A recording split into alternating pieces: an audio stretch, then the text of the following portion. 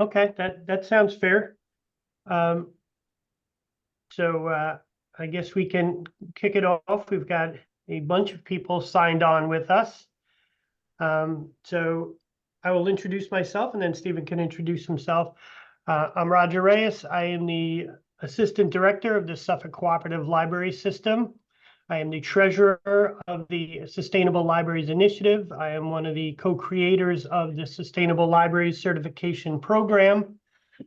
I've been with the SLI since day one, our first retreat, and glad to do it. We brought the SLI to Long Island last year. So Alex is actually in our building here in Suffolk County.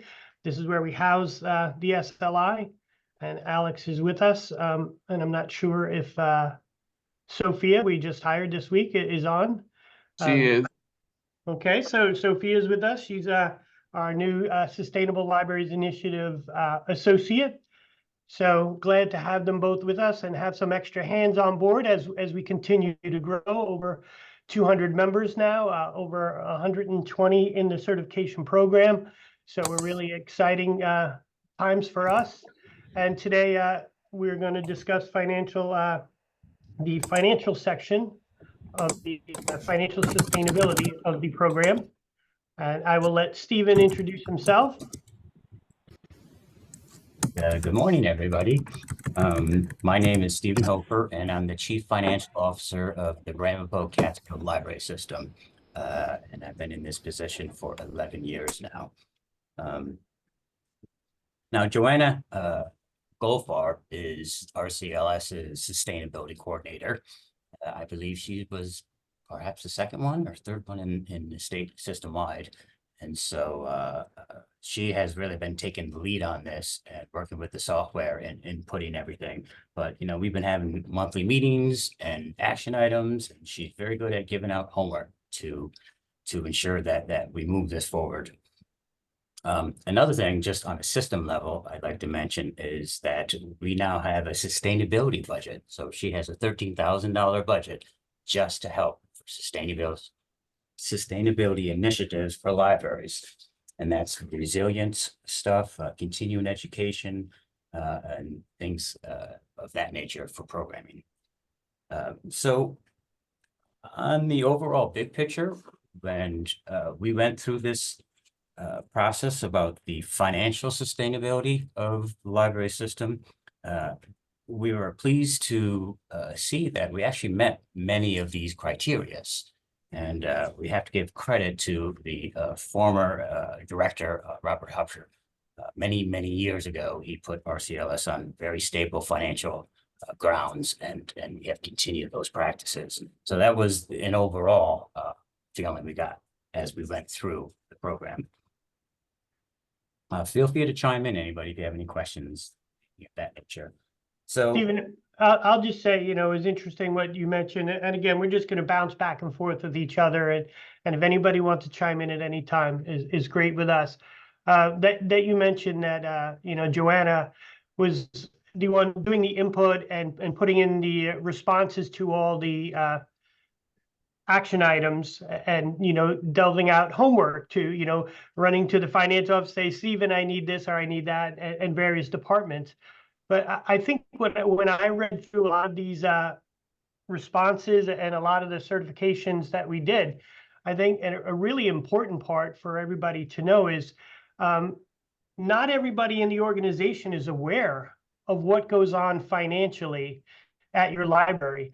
And I think this is, a big part of it. Although it's a small section, there's only about 10 action items. I think the importance of it partially is the understanding, the awareness that it brings to other staff that are interested in sustainability, get to kind of peek into the financial world and understand the budgeting process and understand where the money comes from. How do we get the money? What are we doing with the money?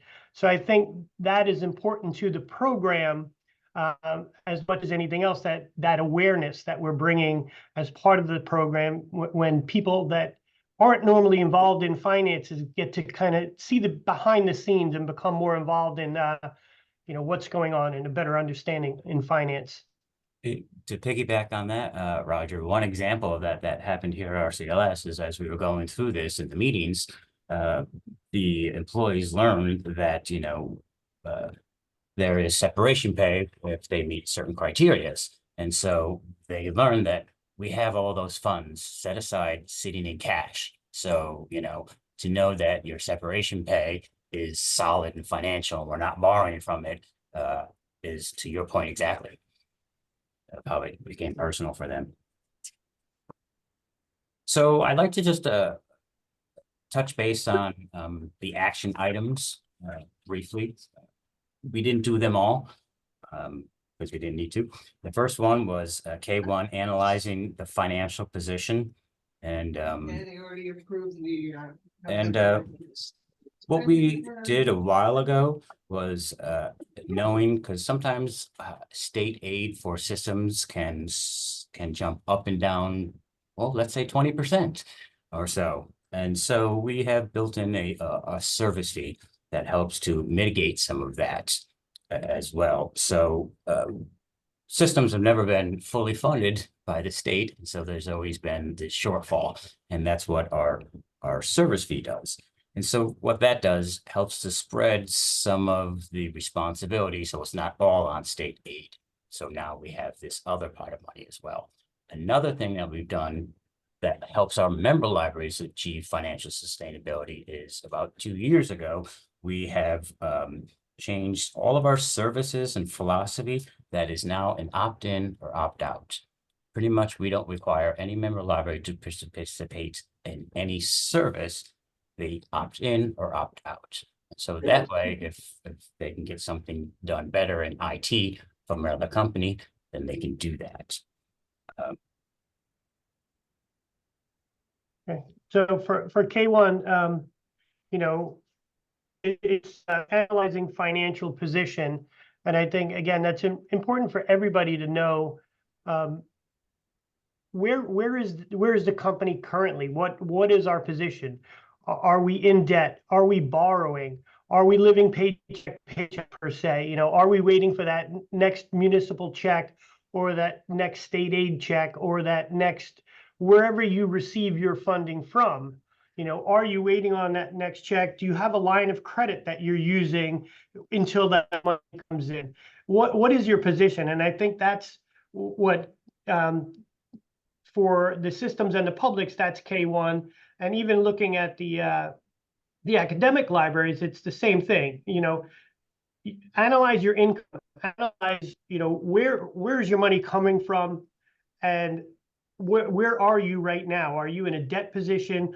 Are you in a position that you have reserves? And what percentage of reserves do you have? So just kind of figuring out where you are, having an understanding. Again, you don't have to be the CEO, the director, or anything of that nature. We're public entities, and for our staff to be able to understand what position we're in, I think helps guide where you're going in the future. So that's what K1 is about, just figuring out your library, where your income stream is, and figuring out where you are with your income. Are you in a place of debt that, we can't afford to do things because we have to wait for that next check, or do we have reserves? Or as in Stephen's case, where they were able to, parse off some money and say, we're going to put $13,000 towards this new endeavor. But you can't do that if you don't know where your library is and what your status is. You can't ask for money not knowing that the company has or doesn't have money. So I think that's the importance of K1, really analyzing and figuring out and understanding as a group what your library's financial position is.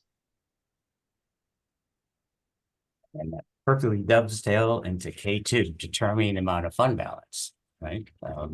Which is oh so important. And just as a side note, RCLS is debt free, which is pretty great, and we've been so at least for 15 years. So if we were to take on a debt or a loan or something, that would be certainly talked about in our board meeting before we did that.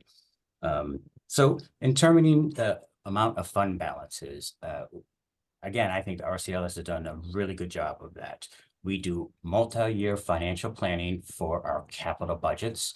And we have, I think about, well, we have reserves. We have reserves for IT infrastructure. We have reserves for our building infrastructure. We have a reserve for our vehicle because we have a fleet of 6 delivery vehicles. And we also have all of those capital reserves have 10-year budget planning behind it. And that 10-year budget is what helps to determine that these reserves are funded at an appropriate level. And then we also have in some of our contracts, reserve fund balance caps. So this way, it is a relief valve that the system can't be overfunded on stuff. And so that really helps to provide long-term stability on our capital projects. And then, of course, we have our operating. And the operating is funded mostly through state aid. And so that goes up and down based on state aid, unless you have an unallocated fund balance to help you with those type of ups and downs in financial.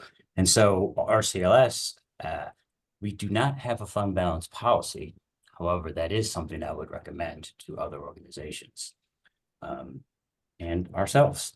We do have another very important reserve fund is our cash flow reserve. We have determined, because as a system, and this will be true for many school district libraries and other libraries, that you don't get your funding if your fiscal year is a calendar year on January 1st, right? So maybe you get it afterwards. And so for a library system, we're a calendar year, but we don't get our state aid until July. So we have a cash reserve fund to fund all of our operations from January until July-ish. So that's another way that we have analyzed our cash flow and determined the amount of fund balances that are needed to continue operations without minimal disruption based on the economy. So at SCLS, we're very similar. We don't have any debt, and our reserve fund is actually 100% of our operating budget. We're very fortunate in that aspect, but I know many libraries are in a much different situation, individual libraries on other systems. But the importance of K2 is determining your fund balance needed, an adequate fund balance to work and do the work that you need to do and that you're meant to do in your community and that your community wants. So after, K1 is when you're saying, okay, what is my position? K2 is saying now, based on that position, determine what you need in an ideal world. Not that you're going to get it tomorrow or the next day or the next year, but determine what that is, what that adequate fund balance is to continue operations. Because if you're living in the world of, we do have a line of credit, a $3 million line of credit. We haven't touched it in 15 years, but it's there. It costs us nothing, but it's a safety net for us.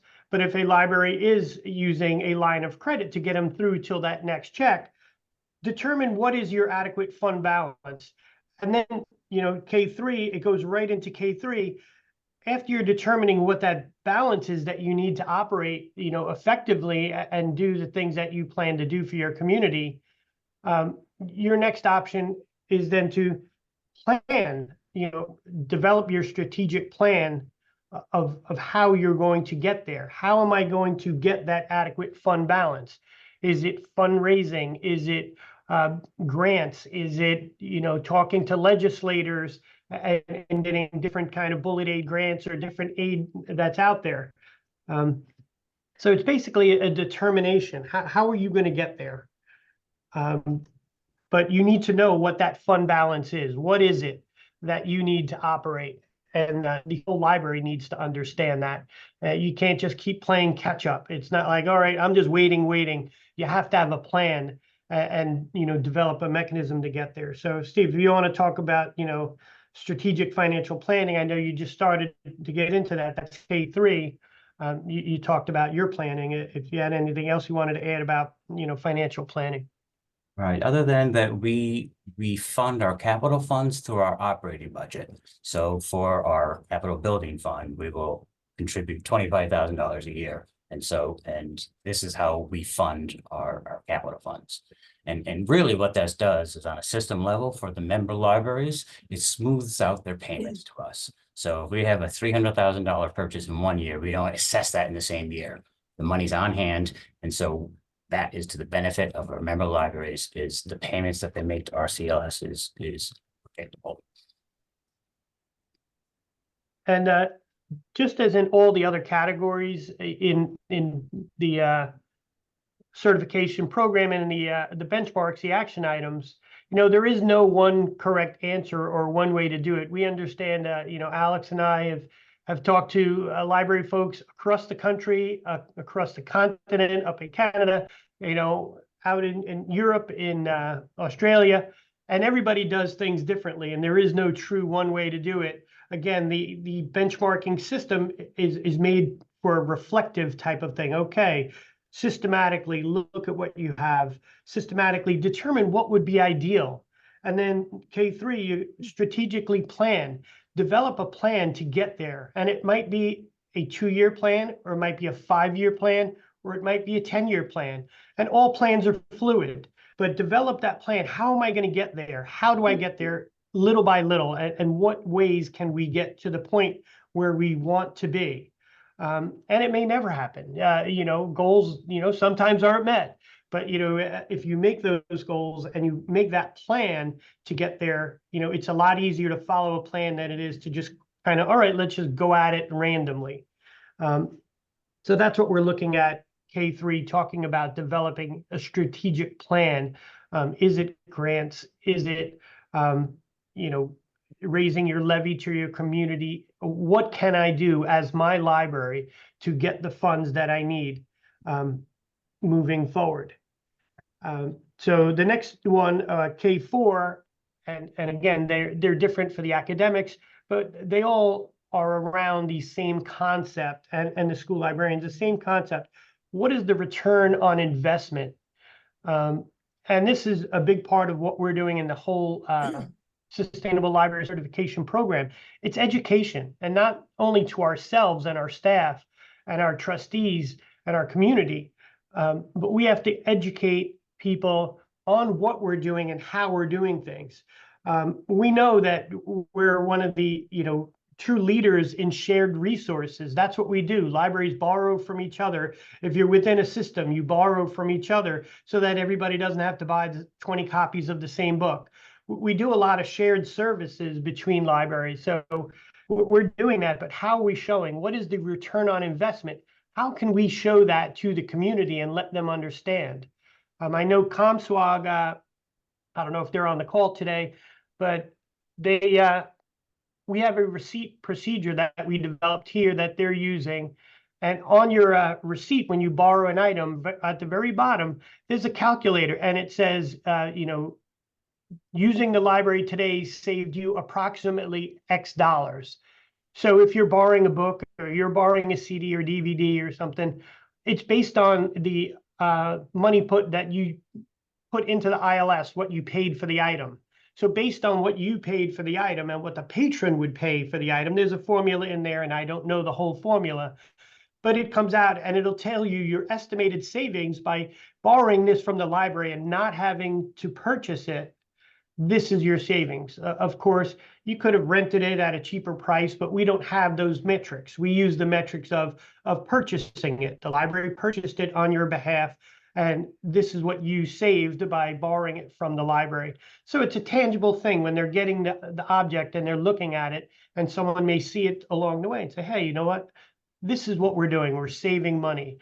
I know Mama Kading, again, the interesting comments that we get and we see in the notes on the action item forms was just, wow, it opened my eyes. Like, we had over 700%. I think on a $340,000 investment, they were giving back $2.9 million in value to their community.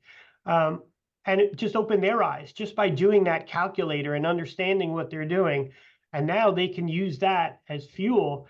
Hey, if you were giving us, additional funds to work with, we can provide additional services and provide higher return on investment for our community. So they can use that with their administration. They can use that with their legislators, whoever it is that decides on their budget and wherever they get their money.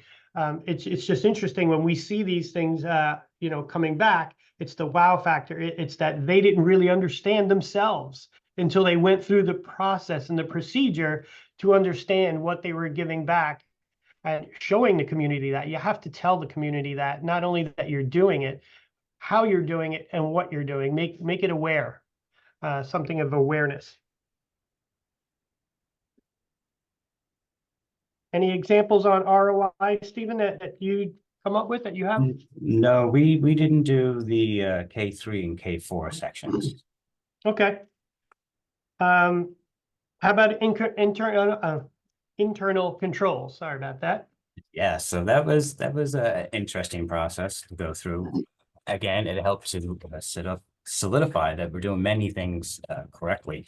So one of the reasons we chose this section is because it was easy. It says if you are audited, then you are generally adhering to this section. So, and we do get an audit. In fact, we've had the same auditor for 35 years, and it's very beneficial and helpful when there's no problems to have somebody who really understands your organization, and we can get through the audits and the 990s, the annual financial document with the controller's office very quickly. But some of the other things that we did that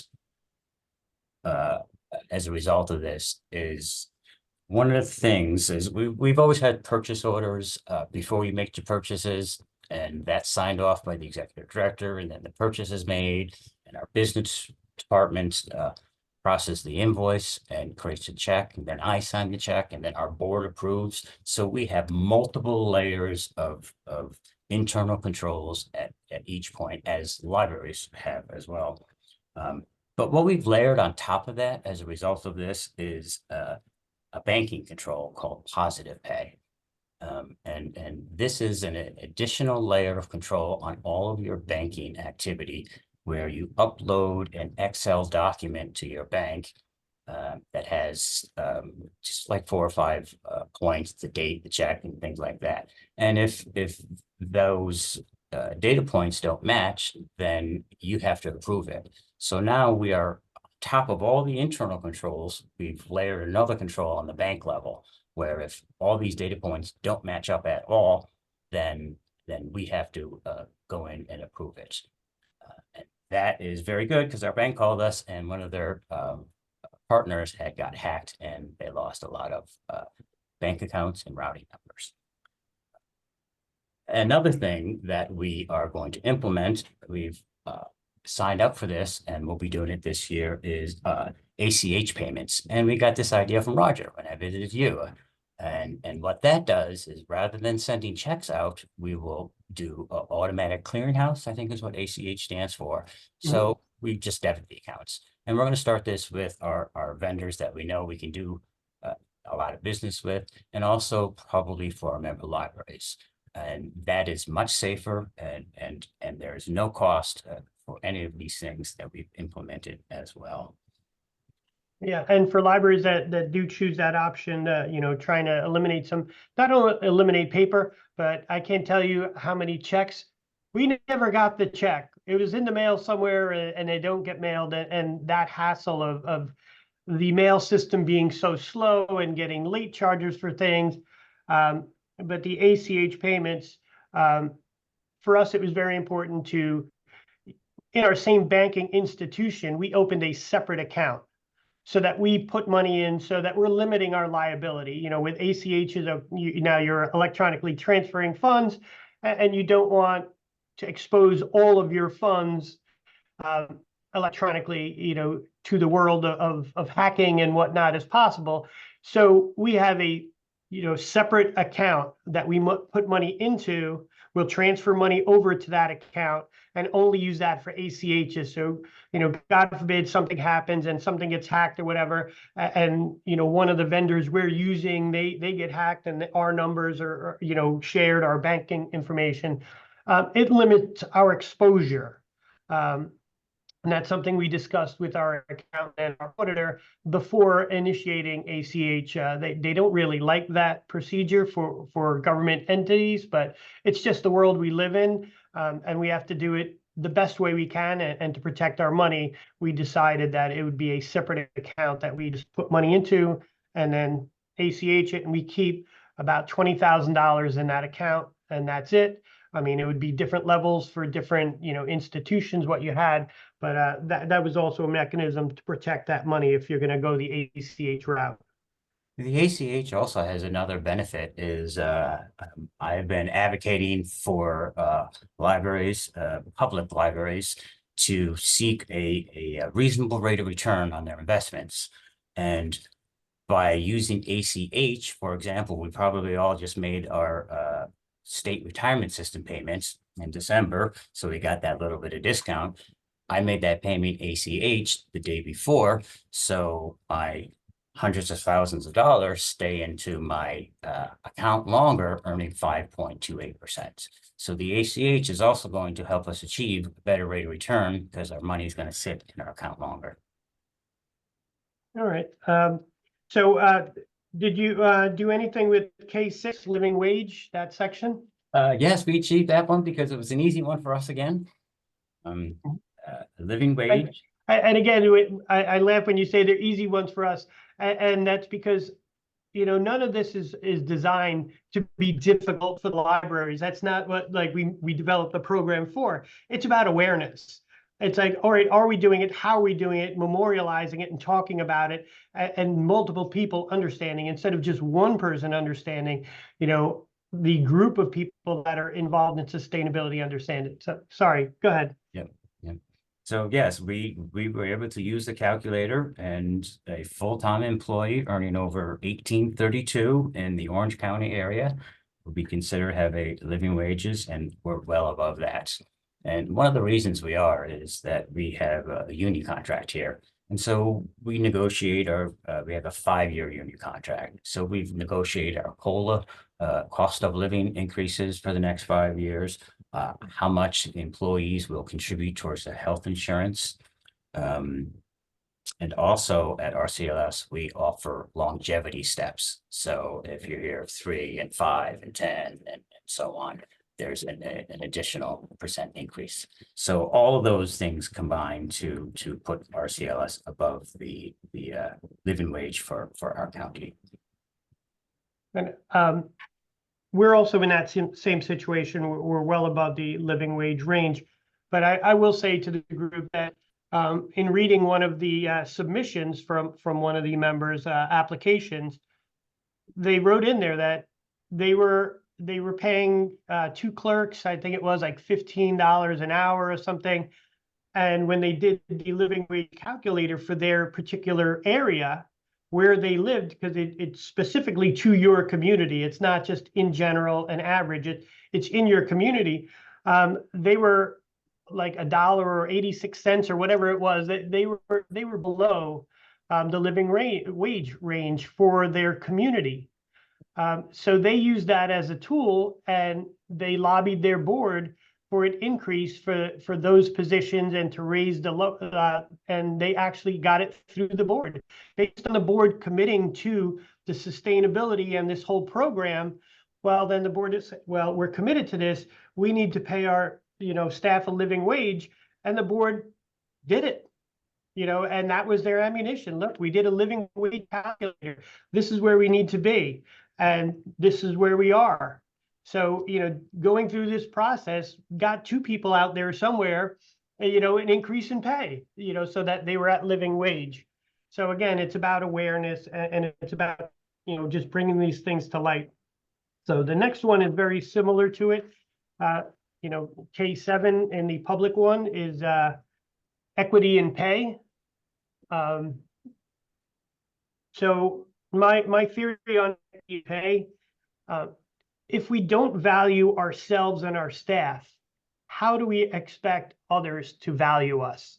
If our board is saying pay the least possible, and I get it, there's budgetary constraints, but advocating and figuring out how to pay a living wage and how to have some equity in pay for other people that are similarly educated and that perform similar functions out in the community, if we're not doing that and we're not showing value ourselves, how does that make us look in the public eye?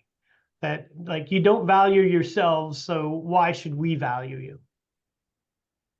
As a reminder, the minimum wage is $15 an hour for most of us, For New- unless you're in New York or Long Island. So health insurance, providing health insurance, I'm sure, Stephen, you're in the same situation in New York that we're in, as a public entity. Most of us are in part of the New York State Health Insurance Plan that we're able to offer a few options to our staff in the health insurance plan. Did you have anything that you wanted to add with that, Steve? Yeah, just to piggyback on what you were saying earlier about education and informing, I don't think that some of our staff realize they know how much they pay for the health insurance. But for a New York State health insurance plan, the Empire plan, the monthly premium is $3,367 a month, which is more than my mortgage and car payment put together. But yet, as a family plan, we only pay $282 a month. So I think that educational component of how much insurance really costs. I mean, we're talking $35,000 a year for a family plan. And I don't think that everybody truly understood that. That's great. Again, education to our employees and to each other, our staff members, understanding really the value of what you're getting working at that institution. Finally, the last one on the public section, there's access to retirement plans and pension plans. And some of them are state plans, such as New York, that we're part of.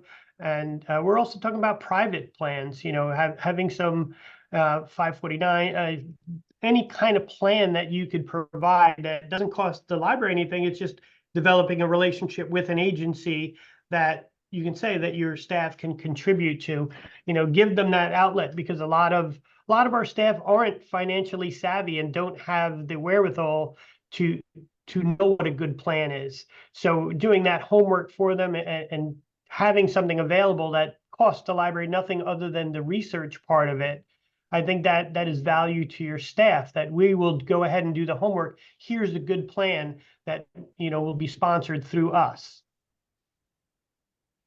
And again, the educational component of it, I don't think that many staff realize with the state health insurance, the state retirement system, how much the employers contribute as a percentage of wages. So that's very helpful for them to understand that. And I'll just share this with everybody here is we have one of, if not the best state pension plan in the United States. So it is a privilege to be in this. And speaking of other plans, if you are in the state pension plan, you are eligible for the New York State Deferred Compensation Plan, which is a 459 plan or 457, I forget. So those two go very well hand in hand if you're a public employer. Even if you're not, I believe that wasn't there legislation to get association libraries into the state retirement system as well? So I think that's one of the legislative agendas. If not, there is special legislation that they will champion for you as well. Yep. And again, those not in New York State or not in, the state system, again, just by offering that offered to them is a great value, and the education about the importance of young staff starting out, like start early, even if it's, $10 a pay period, over the length of your career, it's going to add up and it's going to make a difference starting early. And then as you make more money, you contribute more. But just the young kids, I have two young daughters, 24 and 25, and financial responsibility isn't really taught any courses that they've had in their undergraduate or their graduate work. It's almost comical that they learn all these things, but when they get into the real world, budgeting and financing, saving, they're like, we're starting a new job. What are all these papers they want us to fill out? We don't understand what health insurance is. We don't understand what, retirement or pension contributions. So all of that, if you as a library can provide that education to your staff, even if you do it in community-wide or just to your staff, it's important for them to know it and have that, available to them through their job. It'll make it a more secure job for them, and will lead to longer tenure with your staff if they feel more secure and they have a long-term investment in being there. So I know in the that's all the ones that are in the publics and library systems, and looking over some of the different aspects of the universities, and the school librarians, discussing students' material costs. How do you determine what your budget level is? Again, it's all relative to the same, coming back to that financial planning analysis, and then developing your financial plan for what's going on. I will share as well, Roger, that even though these are all on the financial side, within the business office, and these are in other sections, we made many changes to procedural stuff. We used to print our entire general ledger every year and put it in a folder or a box and never look at it again. We now email all of our invoices to our member libraries via QuickBooks, so nothing gets lost. So we've done a lot of other, and we've looked at what we print and save hard, and I bet we've cut over probably half of what we print out of in the past 2 years or so. Mm-hmm. Well, what we're considering, as a library system, all of our member libraries receive checks from the state. They're any there's no longer a paper check. They're getting ACHs. So along with ACHing our vendors now, we're looking into paying and receiving payments from our member libraries via ACH. It's very private. We're trusted. They trust us. We trust them. So that's also something that we have cooking on the horizon. But going off topic a little bit, off of the actual action item list, something that I've been currently working with, and I know I've talked to Stephen a bunch of times about, whenever we meet up at different conferences and whatnot, we are always scheming on how do we make more money? How do we get more money out of what we're doing? Right now, it's a great time if a library has a fund balance and they have reserve funds, and CDs were pretty much not talked about for 10 or 12 years because they weren't worth it, that you weren't making any money off of them. Right now, I've got anywhere from 5.25% to 5.17%, and the short-term CDs are right now what are making more money, and it looks like the trend will move away over the next couple of months. The longer-term ones are going to yield a better return, but again, we are fortunate we have enough money to do this. We've invested about $1 million into CDs, and we're pulling in almost $4,200 a month. As we roll them over, a 90-day CD, we keep rolling them over. But again, having a plan and looking into these consistently, figuring out when is the time to invest or what you can do. So for us, the time came that CDs were a value, and we could strategically plan to roll them over so that if we did need that money at any one time, every month, a third of that money, $330,000 every month, is available liquid. I can say, oh, nope, we're not going to roll it over. I need that cash. Or, yep, we're going to roll it over for another 90 days, but then the next month. So I'm rolling 3 over, constantly. Again, build that plan and figure out, maximize the money. We're going to take in about $45,000 in a year on these CDs. And that could fund something like Stephen said, all right, well, we want to fund some money for our sustainability efforts. Well, that can fund something that you want to do. But again, you have to be aware, and you have to have someone who's looking at these things constantly to see where is the market and what can I do that's, number one, legal, and number two, profitable, for the library.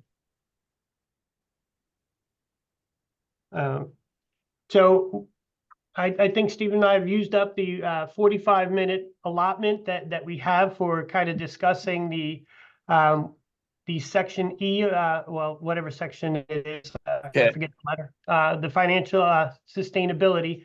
And we want to open it up now to any questions that people might have, comments, questions on how we filled out or how other people fill out the section, or just financial questions in general. We'd love to hear what you have. And Alex, if there's anything in the chat that you want to read to us, because I'm not able to multifunction like that. I can't be reading that and talking at the same time. Jessica asked, as a small rural library in Wisconsin, are municipalities audited each year, which includes the library's accounts? Does this meet the requirements of K5, internal financial controls? Yes, if the library is audited as part of a larger audit, because it's a municipal library, so the funding is funneled through that municipality, so they're subject to that, then yes, that qualifies for K5. And then Irene was asking about the access to pension, which is, I think, which you guys did discuss. Irene, are you still on with us? Did you have a question? No, I thought there were 10 items, and I think I missed one. So I was just checking to see if access to pension was the last one.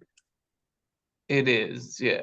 Okay, so I think the access to the pensions. And again, if it's not a state system, there are plenty of private carriers that you could get involved with that would do direct debits from paychecks or whatever it is.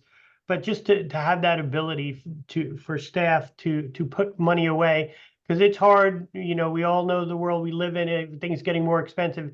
It's hard to take that money home and then parse it out and then put it in a savings account that you're not going to touch. So doing that pre-tax and before it hits your pocket, it's just more secure, and it's just going to help them save for long term. Yeah, we're a municipal library, so we're in the state pension system. So that's kind of a lot of this is taken care of for us by that, the health insurance, and but I'm not sure. I'm in New Jersey, and I'm not sure we're allowed. I'm not the finance person, so I'm not sure we're allowed to hold reserve accounts, because I think we have to send any unused money back to the municipality. So I mean, if we can't do that, it's not going to be an issue with the certification, because we can't do it, right? No. Again, everybody has their own unique situations, and part of the exercise is, again, enlightenment and understanding.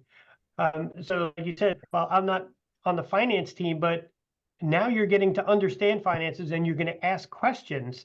And it's because we're going through this program and we want to ask questions. We're curious. We want to see. We want to be sustainable. We want to make sure. We want to know what the system is, because there's power in education. There's power in knowledge.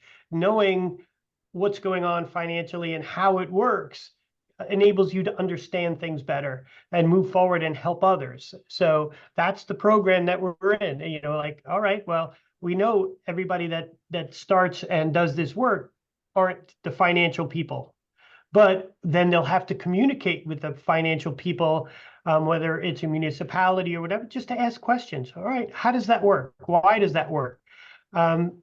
And giving you a basis, a place to come from to speak to them about it. Like, all right, well, we're curious. We want to know how this works in our system.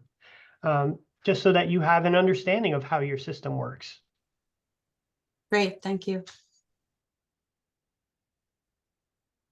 Is there any other questions or comments or anyone else who we still have some time if anybody would like to, share or has any questions, comments, drop it in the chat or feel free to unmute. And we can go off topic. I mean, we like we said, we do about 45 minutes on the section. But if there's anybody on the call that has any general questions about the certification program, any other section of it, anything, that's what we're here for. We meet once a month to talk topic related, and then anything else that's on anybody's mind, we're here to chat about.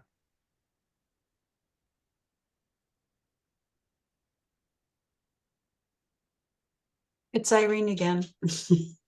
So for the living wage, how did you say you calculate that? I kind of missed. So on the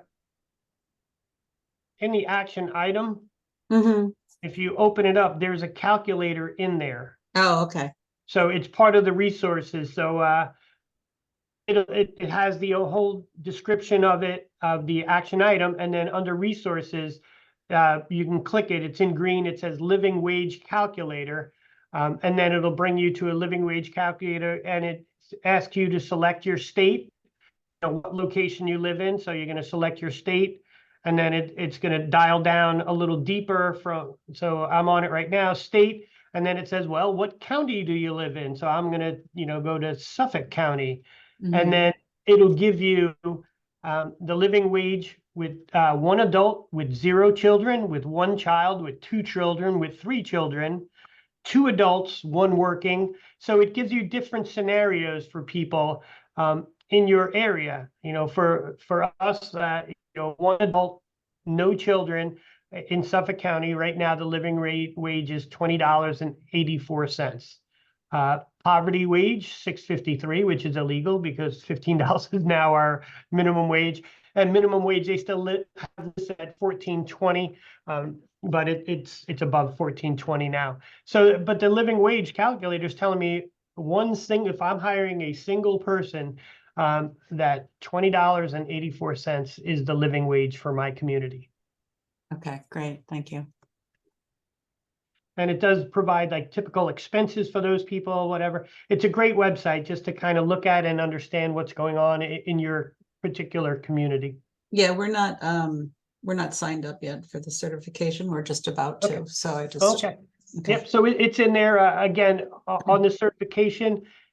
In just about every one of the action items, there's a resource available. If we're like for the return on investment, I think we have 3 different.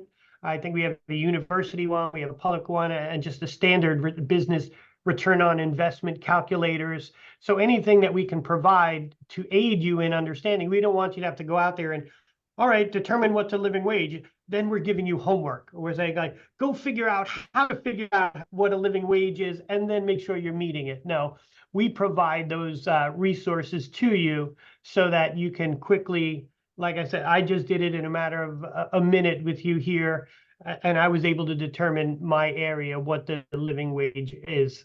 And you do the same, and then it's just comparing it to what your pay rate is and having that discussion. And sometimes the board will say, no, we can't do that. We can't afford it. But at least it's something to advocate for in the future. You can keep going back to the living wage, and showing them, say, here, this is where it comes from. I'm not making this up. I'm not just randomly saying I want to pay X amount of money. Yeah, you have something to stand on. Roger. Oh, sorry. Oh, go ahead, Jessica. I'm sorry. Yeah, this is Jessica. Roger.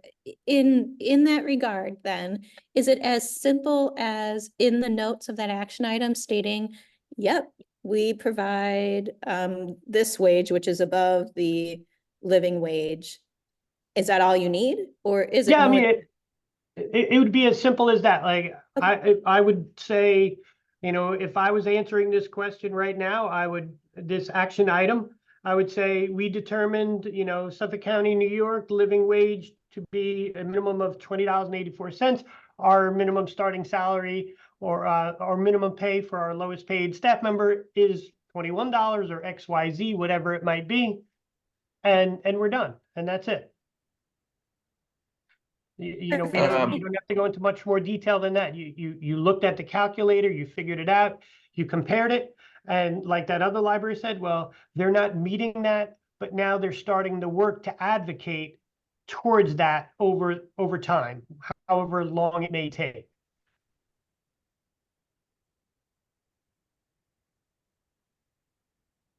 I have a question in the chat.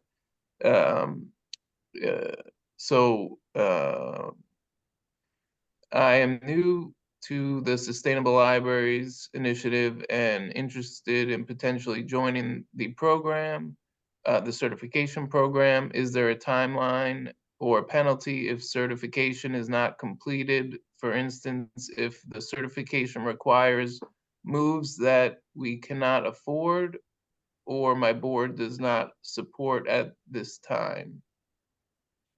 So multiple questions there. There is no penalty for time. In the original model of the SLI, before it came down to New York, there was a fee, a higher fee, an annual fee for the certification program, and it would, you know, be an annual fee. That we determined was a deterrent and a barrier to success for libraries, because it tends to be a smaller library that has less staff, takes longer to fill it out. So they would be paying more over time. They would be paying 2 or 3 years to be certified, where a larger library with larger staff could get through it in a shorter amount of time. So it's kind of counterproductive. So that's why our fee schedule is you pay one time for certification based on your library budget, and then annually you pay a much lower fee, anywhere from $50 to $300, depending on your size of your library, is your annual fee to maintain your membership and maintain our website and pay Alex and now Sophia. So that's what that membership fee goes towards, and for building these resources and continually updating the resources on the website. So there is no penalty. You can take as long as you want or as short as you want. It's really up to the library and how quickly you can do things. As far as the expense, we've heard that before. Oh, it's going to be expensive to become a lead building or whatever. That's not what we're asking here. You know, the certification program, and we can go over it if, you know, with you particularly or your boards. The certification program isn't saying wipe everything out of your building and start over.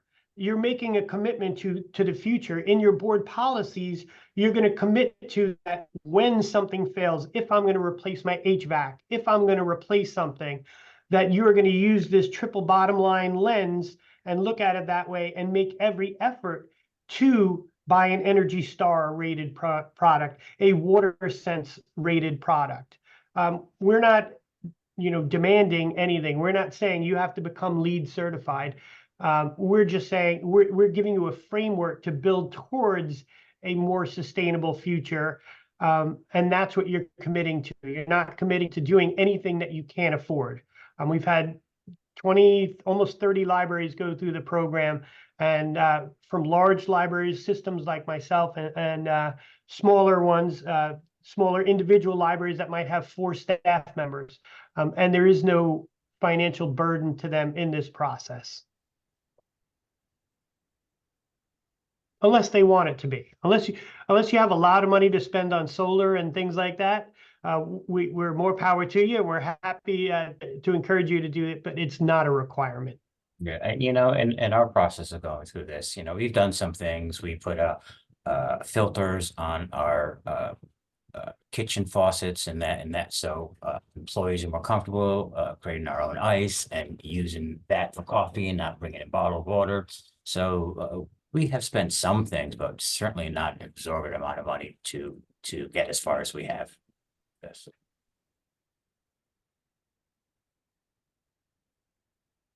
All right. Well, we're right up on the 2 o'clock number. If there's nothing else, I thank you, and we thank you. Thank you, Stephen, for joining us and kind of help me out. And talking through this, the financial sustainability with everybody. If anybody has any other questions, please sliadmin@suffolknet.org. You get those questions out to Alex, and we'll be glad to help you out and answer anything that we can in the future.